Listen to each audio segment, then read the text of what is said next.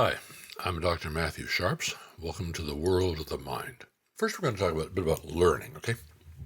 The nature of learning. Well, if you've ever taken a psychology class, you were very proud, probably, to learn the three kinds of learning, right? There's classical conditioning, and there's operant conditioning, and then there's one certain people do not like to talk about much, latent learning, because it's very difficult to pin down exactly how that's working.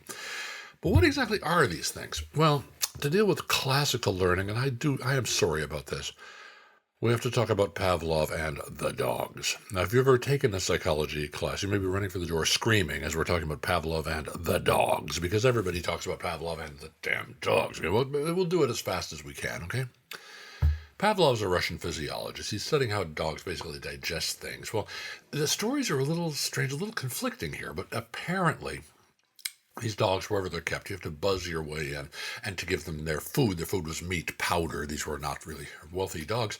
But anyway, the point is this, that when you gave the dogs the damn meat powder, they're going, good meat powder, I love meat powder. And they're drooling like crazy. We use the word salivation, but it's basically buckets of thick, mucousy drool, okay? So the dogs drool like hell when you give them their meat powder. Well, it was noticed, apparently, that when you buzzed your way in, they'd start drooling to the damn buzzer. Now, that's very weird, because if you go out in the woods and start making buzzing sounds at dogs or coyotes or something, well, usually they don't drool. They may bite the hell out of you, but they don't drool, okay? Well, what was going on here? The dogs had learned to associate the buzz with the meat powder. This association is classical or passive conditioning. Oh, I see. When I get a buzz, I get some meat. And they really did. They really did. Then do a whole series of wonderful experiments on this with actual bells, so the dogs and the bells. Okay, so it's great. You start to associate something that isn't naturally something you drool at, right, with something you do, meat or meat powder. Okay, great. Well, so what? How does that work in humans? It's the basis of all advertising, and that starts to teach us something very quickly, because about as far as you usually go in a psychology class is that definition of Pavlov's conditioning, and you memorize that. We feel very, very good about it because now we know about Pavlov and the dogs. Okay, well, how does the advertising work? Well, I'm not going to give any brand names here because I could get us in lots of trouble.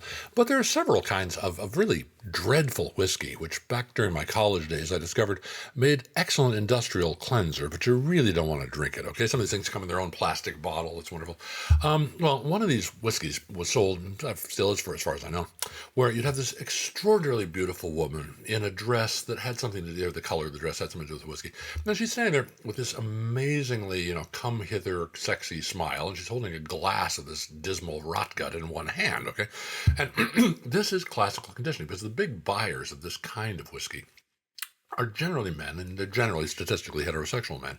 And so the basic concept is, okay, here, me like sex, woman, beautiful woman, etc., etc. And so if I will drink this brand of rot gut she's holding out at me, I will get to associate, with women like that. Now, you don't actually say that verbally to yourself, do you? You don't need to, because aspects of the mind that you have verbal access to them, but they operate pretty well without a lot of verbal access. Basically, you've associated the possibility of fun sex with drinking of this, God help us, rot gut.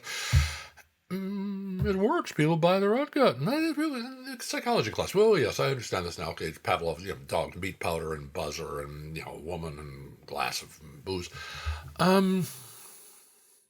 There's more to it than that, and more to it that's very important, possibly for successful life and even survival. Because consider other advertisements. There was a certain brand of cigarettes, okay, that really appeals to the kind of the man who thinks he's kind of macho, or maybe is kind of macho, okay? But the cigarettes, lots of us have to work in horrible little conditions, typing away in our computer, in our cubicle, and that's not good for us, okay? Because we have clavicles, right? Now, this might work, but this just not too much. And all that UV coming off your computer into your eyes, okay? And we're sitting in chairs, which we're not really built for that, are we? Kind of wedged, a lot of it's kind of wedge-shaped. Future people may not be, they may lose the clavicles because they get around doing this, and have big UV covers over their eyes that evolve naturally. They'll get sort of bowling pin shaped bodies. They'll get around like this. It'll be great, but for the moment, we're not really built for that, are we? We're still built like our ancestors of the ancient world. We're kind of built to go out there and kill something. And so this business of sitting in a little cubicle, typing away all day, well, we start to develop fantasies about what it would be like if we didn't have to do that. And the commercials for this cigarette went there. Remember one of them particularly. So it's a guy, kind of a rugged guy looking like a young Tom Selleck, okay? And he's up there, and he's wearing kind of adventure clothes. He's wearing kind of tropical khakis, okay? And he's smoking a cigarette. He's down here by his campfires. Campfires are going out. And you look at the trees, the spruce trees, it's up, maybe someplace almost in the Arctic, of the Canadian Shield, some very high mountain, a very far north environment, okay? And his campfire's going out. His seaplane is taking off the lake. It's taking off, and he's out here all on his own in the wild, smoking his cigarettes. His fire's gradually going out as the sun sets. His bedroll is right there. You don't have a rifle or a shotgun in there. That might cause negative imagery. So he's completely unarmed. And he's got his friend, I guess some kind of wolf dog named Fang or something. He's got his hand on the wolf dog, the fire going out, this rolled up bedroll, and his khakis smoking away. And it says, this brand of cigarettes, where this man belongs. Okay, well, it's wonderful. Hooray, good. Yeah, good. Yeah, we don't have to do this. I could be up there.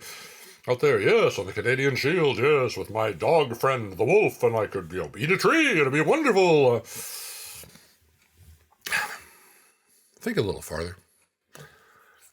What's this guy probably there to do if he's some kind of professional person doing this? Okay? Some kind of hard outdoor labor. Now, if you've ever done hard outdoor labor, is it ever fun? Is it always too hot or too cold? And by the way, was the post hole digger actually invented by the devil? They don't dig post. I don't know why. You want to be using a pickaxe. But anyway, is he going to have fun tomorrow? Well, probably not. That thin bedroll, that's not really the right type for that environment. In fact, last night's sweat is in there. That thing may be frozen solid. He needed to unroll that and put that in the sun for a while. His fire's almost out. When it gets cold enough, matches kind of stop working on you. Just take my word for that one. And he's up there about to face an Arctic or Alpine night in jungle khakis, unarmed, next to what appears to be a hungry wolf. Now, does this sound like a good lifestyle to you? This guy's going to be wolf chow by 4 o'clock this morning. Oh, good, frozen food. Okay. What in the hell's going on? Well, here's what's going on. No, nobody in his right mind is ever up there with a substandard bedroll and nothing to defend yourself and the fire's going out. That's just not in tropical khakis. That's not going to happen. But it conditions you to buy those cigarettes, and here's the point. You're being conditioned not to this lady, lady sex. Lady means sex to this kind of person, and booze associated with sex, good. No. You're being conditioned to something that has no existence outside your own mind. This guy is going to be wolf chow by 4 this morning, okay? But you don't notice that, do you? All you notice is kind of wonderful gestalt, this holistic concept of, oh, yes, I'm up there in the Canadian Shield. It's adventurous. No cubicles, no little computers, nothing. I'm with my friend the wolf. I'll smoke this, interesting weeds wrapped up in paper. You can be conditioned to things that have no existence outside your own mind. Now, it is conceivable, it is possible to get into a romantic relationship that turns into a damn disaster. Can you say divorce lawyer? I bet you can. Okay. How does that happen? Well, you notice somebody and they're very attractive, etc., and they may even say things that make them more attractive to you, but what if what's actually inside there is something that doesn't exist outside your own mind? What if you're saying beautiful people get away with a lot? Okay, beautiful people, because we assume that beautiful body means beautiful soul, and I'm sure many of them are, and some of them aren't. And here we are. Suddenly this person starts to do things that you didn't expect them to do. They start being nasty to you. They start being mean to you. They start using you. And of course, they may make up wonderful reasons why they're doing these things. We'll talk more about that later. But for the moment, we can be conditioned to things that have no actual existence outside our own minds. In my work, I meet a lot of people who want to go into law enforcement, things like that. But the ideas of law enforcement come from looking at movies and TV shows. The real world of law enforcement, it just isn't like that. And they get into that field going, my God, what am I doing here? I'm in the wrong field. Now, many people do very well in those fields, but really only the ones that have realistic ideas about what they're getting into. The marriages, the romantic relationships that work are the ones where you had a realistic idea of who this person really was. But the fact is, we look, Pavlov and his damn dogs, great, let's memorize its classical conditioning, I put it on my test, I get 5 points. Great. But there's more to it, isn't there? The domain of our ignorance can be diminished in terms of the domain of our knowledge if we start thinking, hey, wait a minute. Ideas can take on a reality of their own, and there can be ideas that have no existence outside the human mind to which we can be conditioned. That works in advertising, and God help you, it can work in your career and with people with whom you might intend to mate. Very important to be aware of this fact about the nature of learning. There's other kinds of learning too. Classical conditioning is where you associate two things. Okay, lady in dress with booze. Okay, lifestyle of wearing tropical khakis and freezing in someplace like northern Canada. But we don't notice that. We just think, hey, adventure guy, he smokes this kind of cigarette. If I smoke this kind of cigarette, I'll get to be adventure guy too. Okay, but you're not getting anything really a reward or a punishment there, are you? Okay, that's where we get into a wonderful area of learning. Operant or instrumental conditioning. And all this stuff's been studied to hell and back. There's wonderful literature on it. But operant conditioning is pretty amazing because basically what you learn is I will do whatever this thing is and I'll get a reward. Or if I do this other thing, or I don't do something, I get punished. Okay, that's where we have positive reinforcement, which is getting good stuff, punishment, which is getting bad stuff. Negative reinforcement is a very interesting one in between. But it's having to do with negative consequences. But you learn that, don't you? And many years ago, I was in college doing work with pigeons and rats. That was exciting. How can we see this working in these animal models? Well, you take a pigeon. You put your pigeon in a box about as big as a big bread box, if you've seen one. There's a shock grid on the floor that we don't talk about anymore. This is the Skinner box, after the great psychologist B.F. Skinner, Boris Frederick Skinner. Well, we don't deal with the shock grids anymore at all, dear God. But you might put the pigeon in there, and there's a button in the wall. And pigeons get bored. Eventually they peck the button. When they peck the button, some grain comes down. The pigeon's already hungry. It's a dirty little secret. This is done with hungry animals.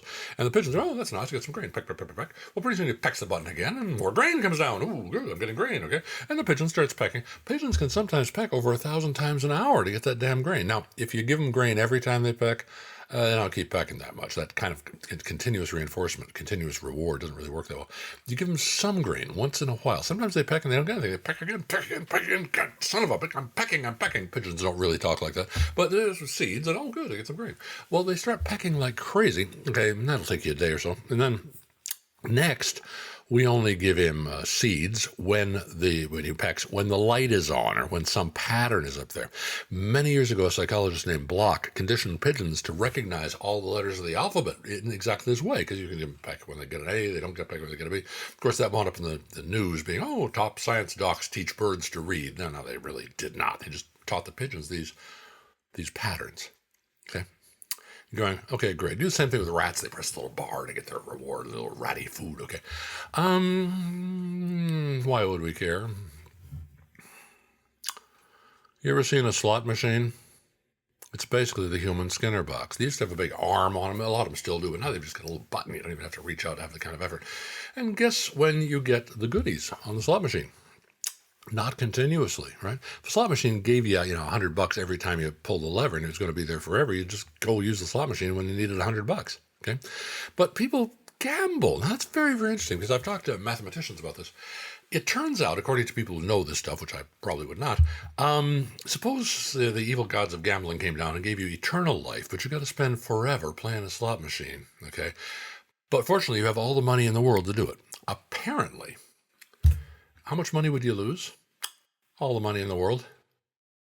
So why the hell would you ever do something like that? Because, we've experimented on these pigeons, these rats, wrote wonderful papers about it, presented them at conferences. It was great. What does that tell us? Well, not as much as you might think, because when I put it that way, okay, the machine is rigged for the house to win. Personally, I have no problem not gambling. I'll tell you why. I drive past the casinos and I say to myself, okay, who owns a casino? Them or me? Them. Okay, so who's better at gambling? Them.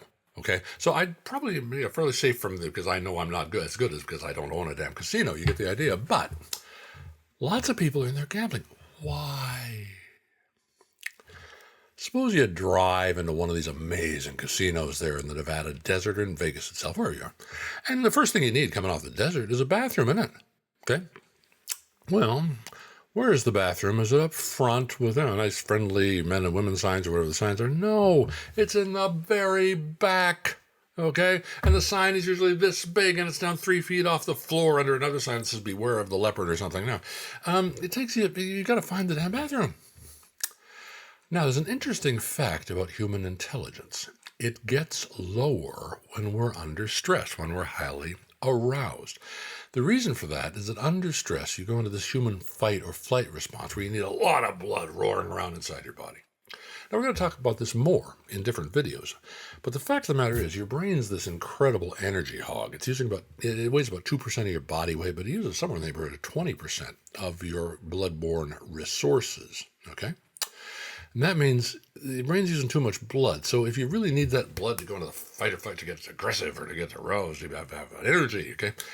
You got to get it out of someplace, and some of it comes out of your brain. The problem is there's lots of parts of your brain that you really don't want to shut down, the ones that help you see, the ones that tell you what and where things are, the ones that let you breathe. You don't really want to take a lot of those resources. So a lot of the resources wind up reducing function. Let me show you. In the very front of the brain, up here in the prefrontal cortex, which has several different areas we'll be talking about later, that basically lets you think intelligently. Now, I don't mean you can't think when you're aroused, whether it's anger or sexual arousal or pain, but you can't think as well.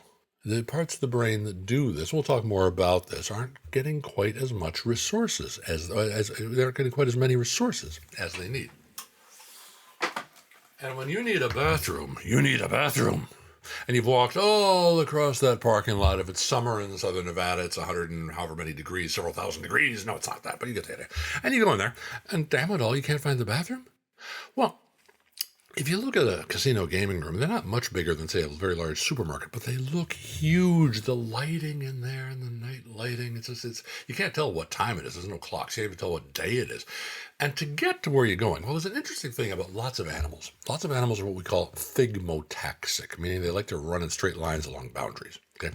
If I don't have one, but if I had a hamster or a mouse or something here, I'd drop him on the floor. He's not going to sit on the floor going, why did you drop me? Okay. He's going to run like hell to the nearest wall and then scurry along the wall until he gets someplace. Okay. Well, humans aren't truly thigmotaxic creatures, but we do like to move it's partly on our rearing, okay? But we do like to move in fairly straight lines, so fairly direct lines. You can't do it in a casino, can you? The blocks of slot machines are all at funny angles. Oh my God, there's a sort of Berlin Wall of tables with the dealers doing the craps and all that stuff. You gotta do this terrible windy thing through this darkened environment to get to the damn bathroom. By the time you get there, you're not thinking too well. Now, I need to tell you about the world of the past. Back in the day, when you arrived in some of these places, you found $1 worth of lucky nickels in a little roll on your bed, okay? And you also found a copy of, in one city, The Vegas Visitor, which had semi-clad ladies on the cover, okay? Which right there, you're kind of going, oh, I wonder if I should drink the whiskey, right? It's the same general thing. And you'd open that, and on the next page would be these two people.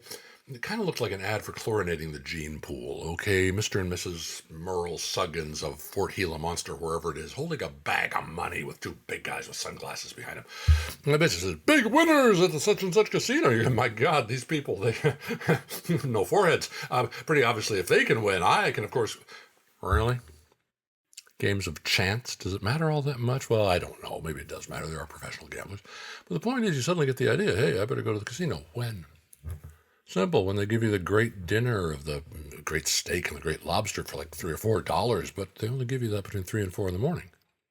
Now, the average person gets up, 6:30, 7, whatever. They go to bed at 10, 11, whatever. They sleep through the night and they go back to work. Your sleep-wake cycle is disturbed. And back in the day, by the way, the slot machines all had these little metal buckets at the bottom, and the coins fell into them. If you got 1,000 people playing, 3 or 4 are winning at any time, even though the other 900 odd are losing. So you hear these clangy, clangy, clangy. You think, oh my God, everybody's winning. I better win too. Especially if you're not thinking too well because you ain't had no damn sleep. Okay? Especially if you're kind of aroused here. And they always used to, getting a soft drink, I've tried in many casinos. It's very difficult. It's basically a double shot glass, but you can get alcohol fairly cheaply, okay? And by the way, you could also get popcorn and things like cocktail wieners and shrimp fairly cheaply, shrimp cocktails, all of which have a lot of salt, which means you drink more. Which, by the way, between the arousal, who serves these drinks, by the way? It used to be youngish ladies not wearing a lot of clothing. And again, for heterosexual males, a big market, well, that kind of gets you kind of making these sort of sounds like a wild bull, doesn't it? And if you're there with so be a heterosexual relationship, you're there with a spouse or a partner, okay? They frequently get quite angry, and these are both good states because you're going to start gambling more. And by the way, since you're eating salty food, well, there you are drinking, and it's 4 o'clock in the morning in a place that it's very difficult to tell what time or it is, okay?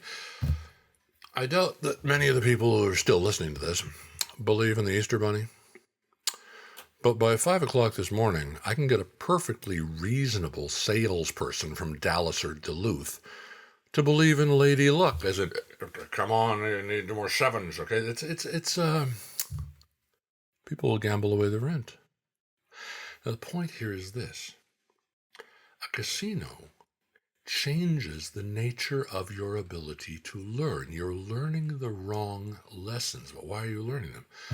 Because the environment is promoting that. And by the way, casinos, I've understand this from people who in this field. Casinos often aren't working as well as they used to. They've gotten rid of little boxes that clang. Nobody has those. You put a little card in there. And they've also gotten rid of the lucky nickels. That's an extra $1. They've gotten rid of the Vegas visitor. That was an extra $2, okay? And they've also stopped, because of the modern sensitivities, they've stopped having scantily clad anybody, male or female. Last time I was in one of these places at a conference, everybody who was serving the drinks was basically dressed in the equivalent of a tuxedo without the jacket. So the arousal isn't as high, and being a fairly old person who's been through these parts of the world a number of times, what I can tell you is at least during the day, you don't see anywhere near as many people gambling as they used to. Because what a casino is a psychology machine. What it does is take a person who normally says, I like money. I don't want to lose money on things that aren't going to profit me, okay? It will turn you into a person that by 4 o'clock this morning believes in Lady Luck. Learning is not just about the brain. It's not just about rewards and punishments. It's also about the environment in which that learning is happening and what that environment is doing to the brain itself. But we've talked so far about this classical conditioning where you can be conditioned to things like buzzers and bells and whatnot, and even to things that have no existence outside your own mind. We've talked about, I get rewards. Oh, I didn't get any money this time. I got punished. And it's just like the pigeon, isn't it? I push the button and sometimes I get money and sometimes I don't. It's partial reinforcement. I get more and more gambling. But can you be learning things without any association or rewards and punishments, reinforcers at all? That's latent learning. Now, you got to bear with me for a minute here, because you can best demonstrate this with animal learning. It's in something called a modified T maze. And it might be about as big as my desk here, okay? And what it is a tunnel here, okay? And you have 2 tunnels breaking away at the top, so it's shaped like a T, okay? And your rat learns, and you have to counterbalance right versus left, etc. But your rat learns that every time he goes left, he gets a rat treat. And we don't do this anymore, but every time he turned right, he ran into the huge, horrible rat shocking device. But you don't do that anymore. You just give him treaties, okay? And so the little rat goes and runs. He learns rats are pretty damn smart. They know what they want, okay? They know what they want. And he learns to turn left every damn time. So he runs down the maze, turns left, gets his rat treats. Okay. Now, the reason this is a modified T maze, rather just a T, is about here. You get a little tunnel off to one side. But you never really tell your rat about it, so to speak. He never gets any food for going in there. He never gets any reason to go there. He just runs like hell past it and goes into his little rat place to get rat food. Okay, great. He shouldn't even notice that little tunnel off the side, should he? Now, and this has been done, I've never done this myself, but I've seen old films of it. What they'll do is put the rat in there. His little rat food is still up here in their arm. He could run, but he's got something horrible in the way, something approaching him that scares hell out of rats. And it's in the long axis of the T, so he can't turn there, okay? And I remember one film I saw, one of those little metal battery-operated bulldozers you can't buy anymore, but they come towards you, making this bulldozy noise and flashing little lights at you, okay? It scares hell out of the rat. Now, here he is at the end of his damn maze, and he's being approached by some kind of terrifying rodent-eating construction machinery. It's coming at him, okay? What does he do? You expect him to just sit there and huddle, maybe pull out a little rat violin and start playing the theme from the Titanic, okay? He's doomed. They don't sit there. They run like hell toward the advancing feared stimulus. And they run like hell because they want to get to that little side tunnel and get off there before it goes by. Once it goes by, they ignore it completely. They just come back and go eat their little rat treats. Now, come on, could that apply to humans? Many years ago, I had to fly a lot more than I do today, thank God, because flying has gotten interesting. But it wasn't that great even back then. This particular airport has a long, long tunnel that you had to go from the airplane you just got off to the airplane you got on. There was some sort of law, I think, that you couldn't have two airplanes land at the same place somehow. Well, anyway, I spent a lot of time running like hell down that damn tunnel, trying to get to the next airplane, muttering to myself, legal connection, my beep, okay, heavy briefcase. Well, I remember one time, and I'm really dating myself here because this is back when various religious people could be in the airports. Okay, these were people who were worshippers of an actual legitimate Asian god. There's a true worship here, but most of them were just kind of screwing around with it. They were wrapped in various odd garments, and they would grab you and try to pin flowers to you and demand money from you. I'm walking toward these people, they're coming at me. Nah. I'm going, I am not in the mood for this, okay? I did not want to deal with these religious people. So what I do? Moved very quickly right toward them and ducked into this men's room off to the side, and they went by. And I'm sitting there going, my God, I'm a rat. Because I could have sworn in any court that I had no idea that that restroom was there. I'd never used it. As far as I knew in my head, I didn't even know it was there. But something in my head, just like that rat learning about that little modification to his teammate, something in my head is going, there is a place to escape. And when I was threatened from in front by nonsensical enlightenment, I simply escaped the enlightenment off to the side, and the enlighteners went by, and I did not have to give them money for their damn flowers. Okay, good. There's times you've been out there in the fields for a while, and you're kind of going, I'm not in the mood for this. Well, but I escaped like a rat. So it turns out that we can learn through association. But we can learn associations with things that have no existence outside our own minds. We learn by rewards and punishments and this other wonderful thing, negative reinforcement.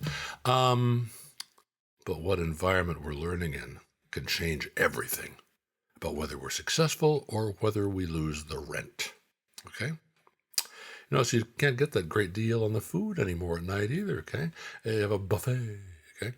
So you sleep all night, you know what? People aren't gambling as much, interestingly enough. Not in those settings. Obviously, I'm being a little fast and loose with this, but in those settings, I understand from people who do work in those settings, it's not working as well as it used to. The old bosses of those places, they wouldn't have known a psychology book if it bit them, but they did know the principles. A lot of those principles aren't being used now. But the environment can change what you learn.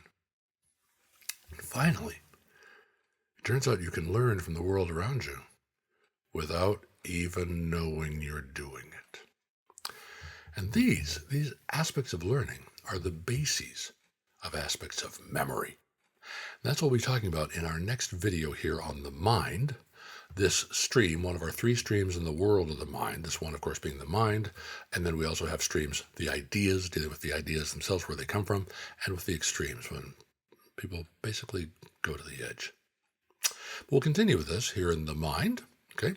I'm Dr. Matthew Sharps. Please do subscribe if you feel like it, and until next time.